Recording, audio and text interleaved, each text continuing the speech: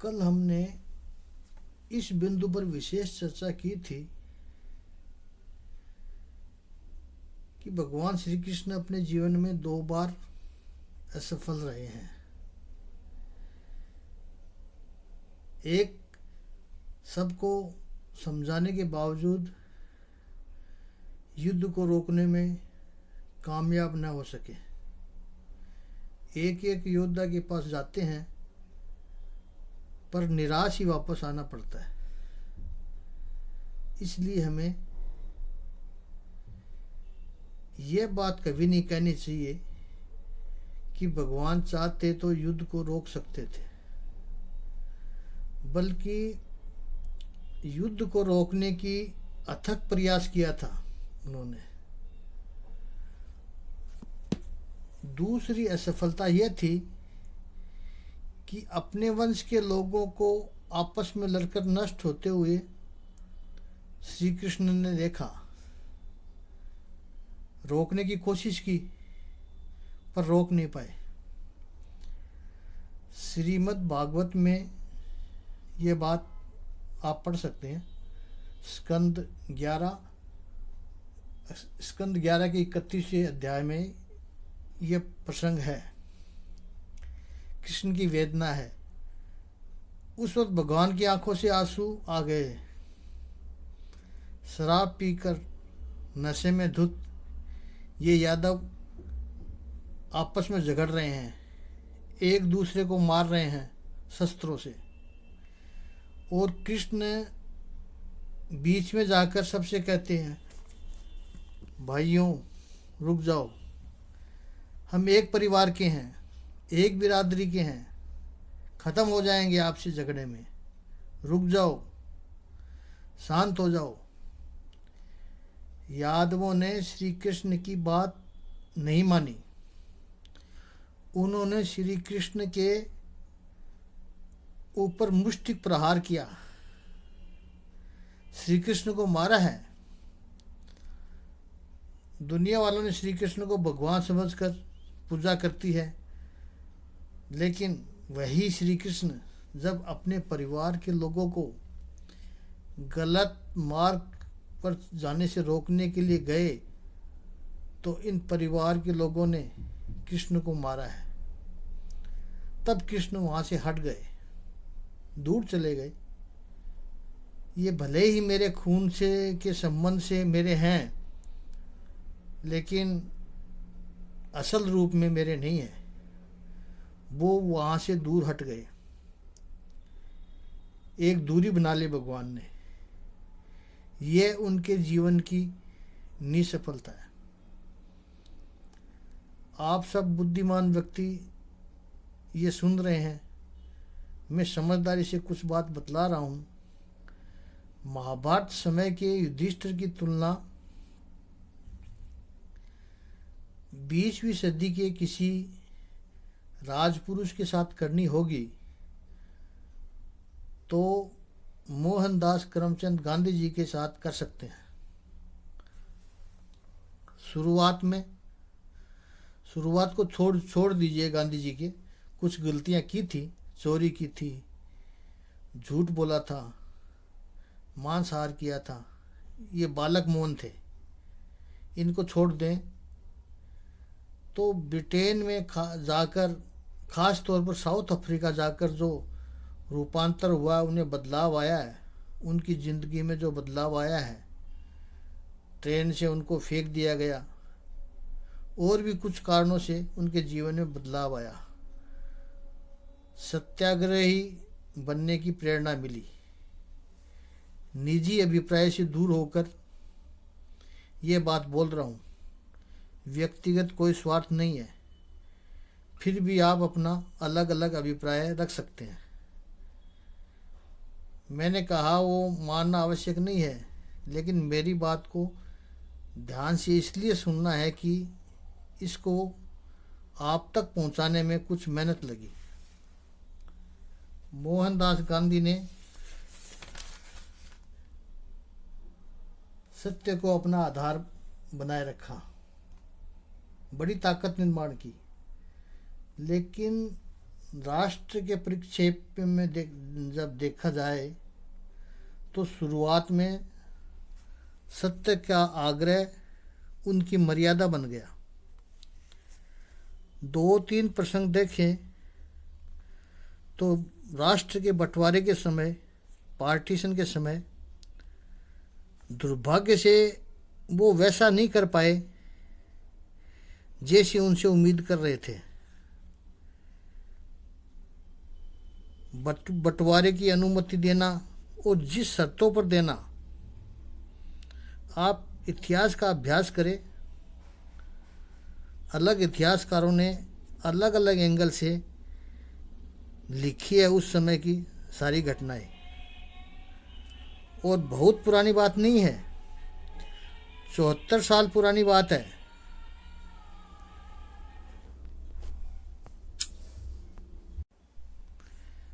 जितना आदर उनको लोगों ने देश निर्माण करते समय दिया, उस आदर का उपयोग करके यदि वो चाहते तो बंटवारे को बचा सकते थे, नहीं बचा पाए। और फिर जो एक के बाद एक गलतियां शुरू हुई। पहला प्रधानमंत्री कौन बनेगा, यह बात आई। कांग्रेस के 13 सभ्य थे और सभी 13 सभ्य नेहरू जी को छोड़कर बाकी के 12 सभ्यों की यही इच्छा थी, एक स्वर में सपोर्ट किया कि भारत के प्रधानमंत्री वल्लभ भाई पटेल होने चाहिए, पहले प्रधानमंत्री। मीटिंग में नेहरू जी का चेहरा बदल गया।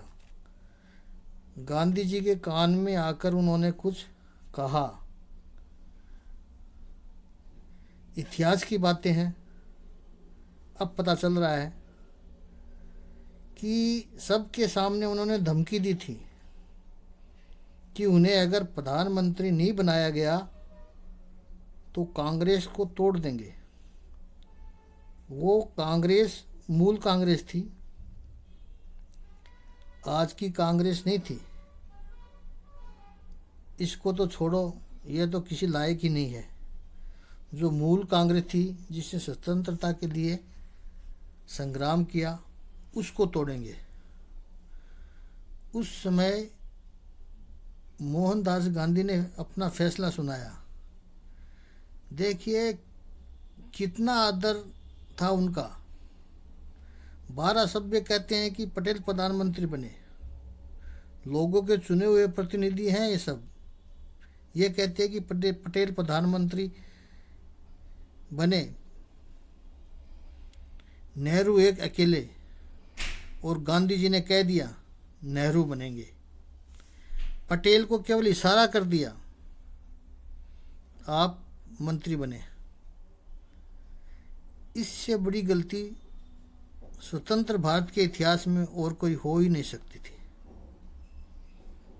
सत्य प्रियता, कांग्रेस को बनाए रखना, कोई साथी छूट न जाए तो बिल्कुल नहीं चलेगा, एक रहें, ये बात बहुत अच्छी है। उस वक्त उनकी यही दलीलें थी।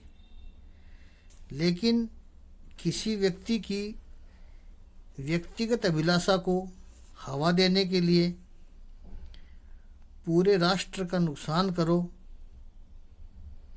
तो ये आपका सिद्धांत नहीं है।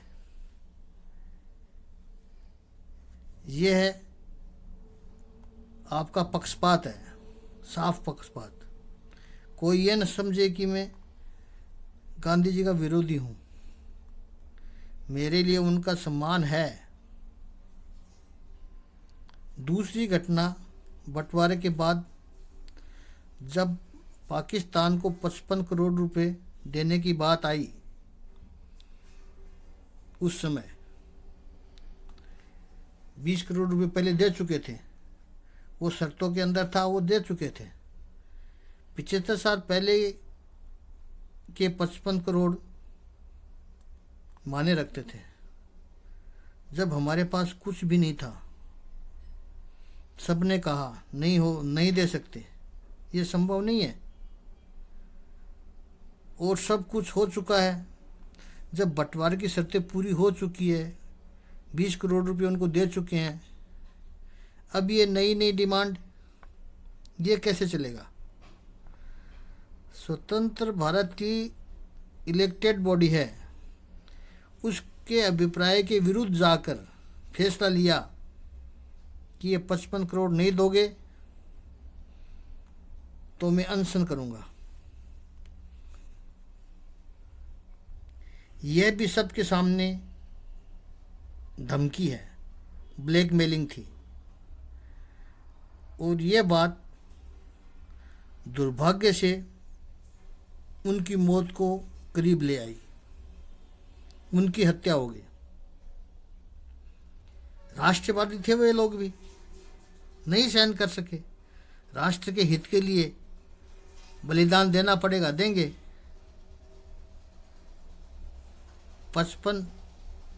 5,000 वर्ष पहले युधिष्ठिर है और 20वीं सदी में गांधी जी।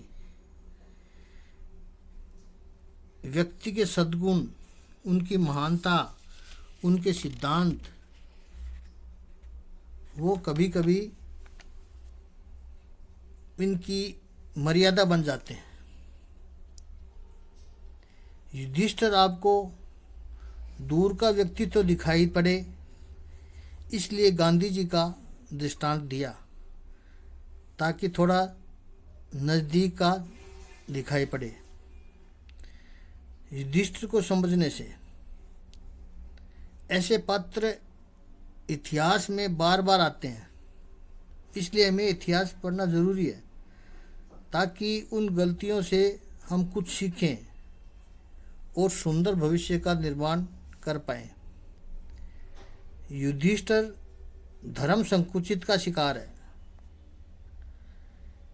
बड़ा विजन नहीं है उसके पास, जो सामने है वही धर्म है।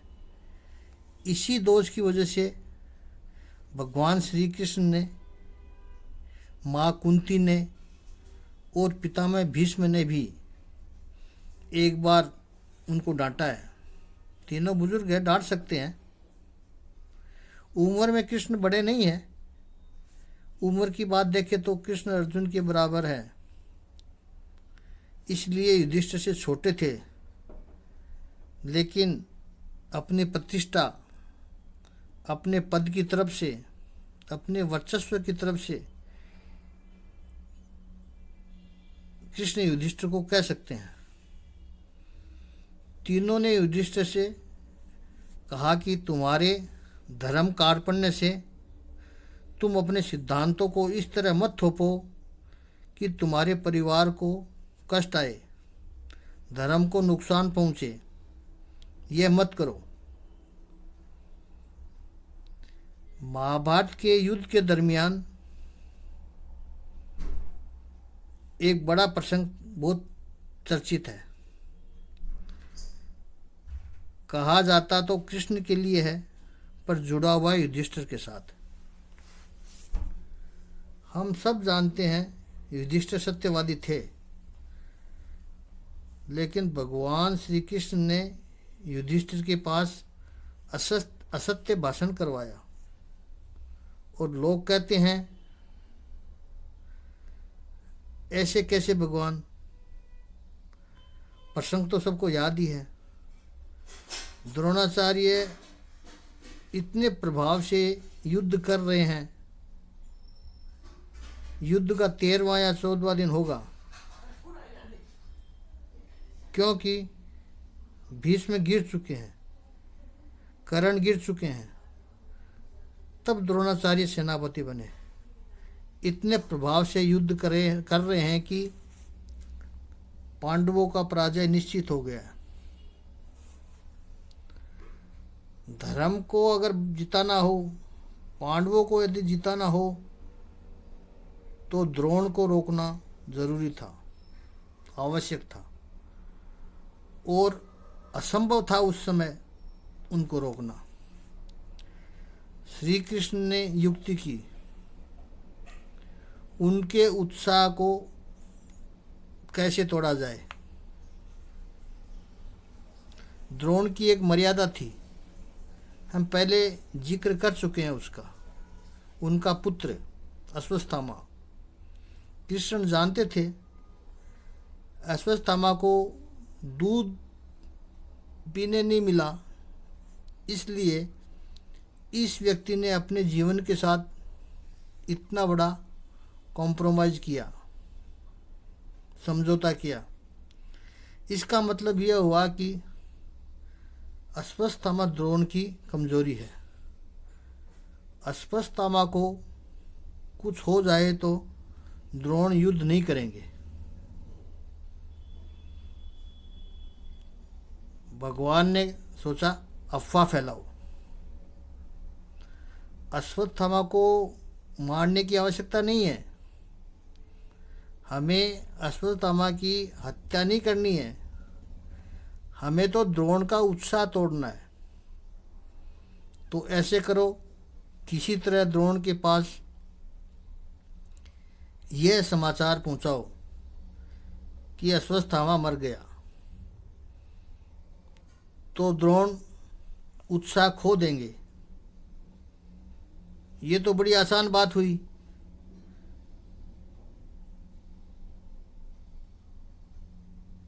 पर सामने द्रोण है, ऐरा गैरा नहीं है।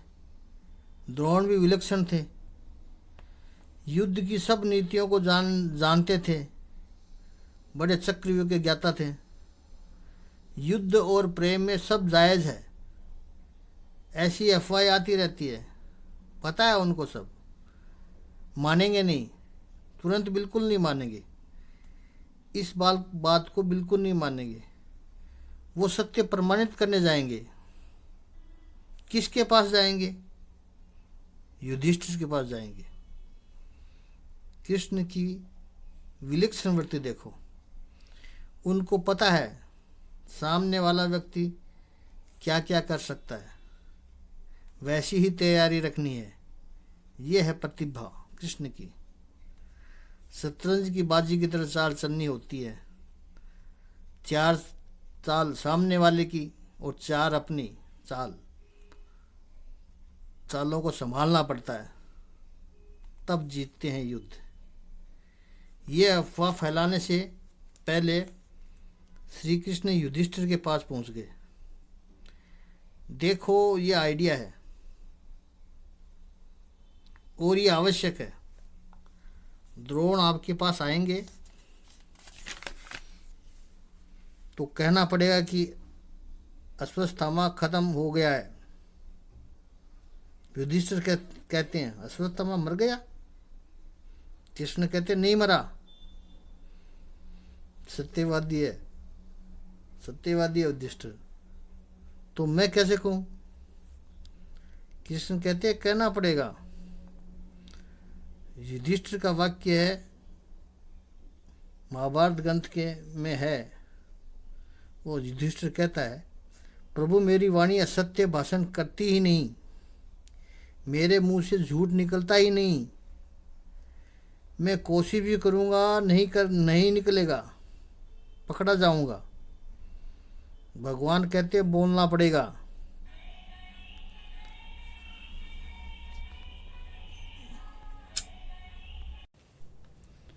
लेकिन केशव मेरी वाणी असत्य नहीं बोलती। चलो युक्ति करते हैं। उसी वक्त एक हाथी को लाया गया, इसका नाम रखो अश्वत्थामा, मारो इसे। मर गया, अब तो मर गया। अब बोलना अश्वत्थामा हता है, यानी अश्वत्थामा मर गया है। युधिष्ठिर कहता है ये तो हाथी मरा ना। भगवान ने सर पकड़ लिया।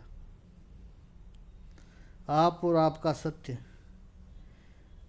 अरे मैं आपके लिए ही कर रहा हूँ, मेरी द्वारका के लिए नहीं कर रहा हूँ, धर्म की स्थापना के लिए कर रहा हूँ। एक एक पांडवों को संभालना भगवान के लिए कितना मुश्किल था। कभी अर्जुन तो कभी कोई दूसरा पांडव। ये तो हाथी मरा, आदमी कहाँ मरा। ठीक है, क्या बोलोगे? इतना तो कहोगे ना कि अश्वत्थामा हता है, वो व्यक्ति भी हो सकता है, हाथी भी हो सकता है।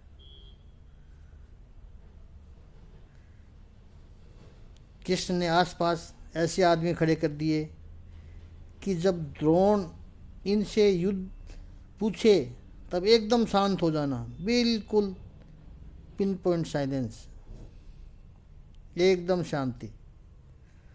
जब द्रोण युधिष्ठिर से बोले अश्वत्थामा मरा, तब युधिष्ठिर कहे कि अश्वत्थामा हता है। बस एकदम से चिल्लाना, शोर मचाना, ढोल नगाड़े बजाना, ताकि यह नरोवा कुंजरोवा ये शब्द सुनाई नहीं देना चाहिए। नरोवा कुंजरोवा ये शब्द बिल्कुल सुनाई नहीं देना चाहिए। कितनी योजना करनी पड़ती है। और जब द्रोण ने युधिष्ठिर के मुख से सुना, युधिष्ठिर ने कहा अश्वत्थामा हता है। दूसरा शब्द नरोवा कुंजरोवा ढोल नगाड़े में छुप गया। दो द्रोण निरुत्साहित हो गए और पांडवों के सर से एक घात, एक विघ्न टल गया। अब लोग कहते हैं ये कैसे भगवान कृष्ण जो युधिष्ठिर जैसे सत्यवादी के पास झूठ बुला रहे हैं। युधिष्ठिर जैसे लोगों का सत्य केवल शब्दों का सत्य होता है और श्री कृष्ण जैसे क्रांतिकारियों का सत्य वो अंतिम अर्थ के लक्ष्य का सत्य होता है। इस वाक्य को थोड़ा समझे तो शब्दों के सत्य को मरोड़ा जा सकता है। पूरी वकील लोबी क्या करती है?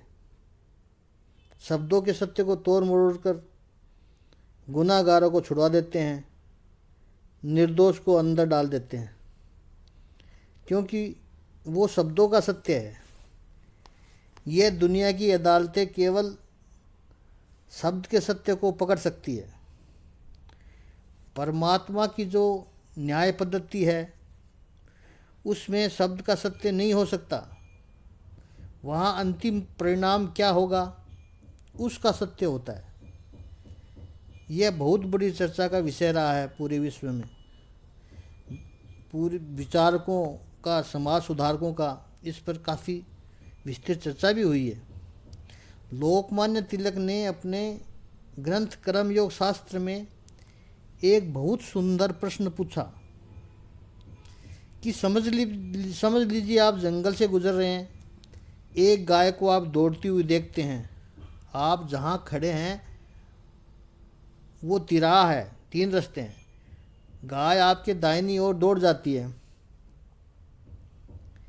गाय गई, इसके 5 मिनट के बाद हाथ में तलवार लेकर एक शिकारी आता है, कसाई आता है, और वो आपसे पूछता है गाय कौन सी दिशा में गई। क्या उत्तर देंगे आप? देखिए, केवल शब्दों का सत्य है। आप कह दोगे दाहिनी ओर गई है तो आप गौ हत्या में सम्मिलित हो गए। ऐसे समय पर शिकारी से कहना गाय बाईं ओर गई वो सत्य है, क्योंकि उससे एक जीव की रक्षा होती है।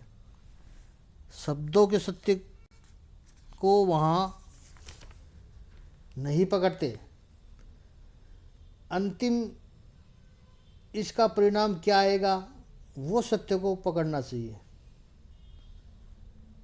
अपना निस्वार्थपना अत्यंत आवश्यक है।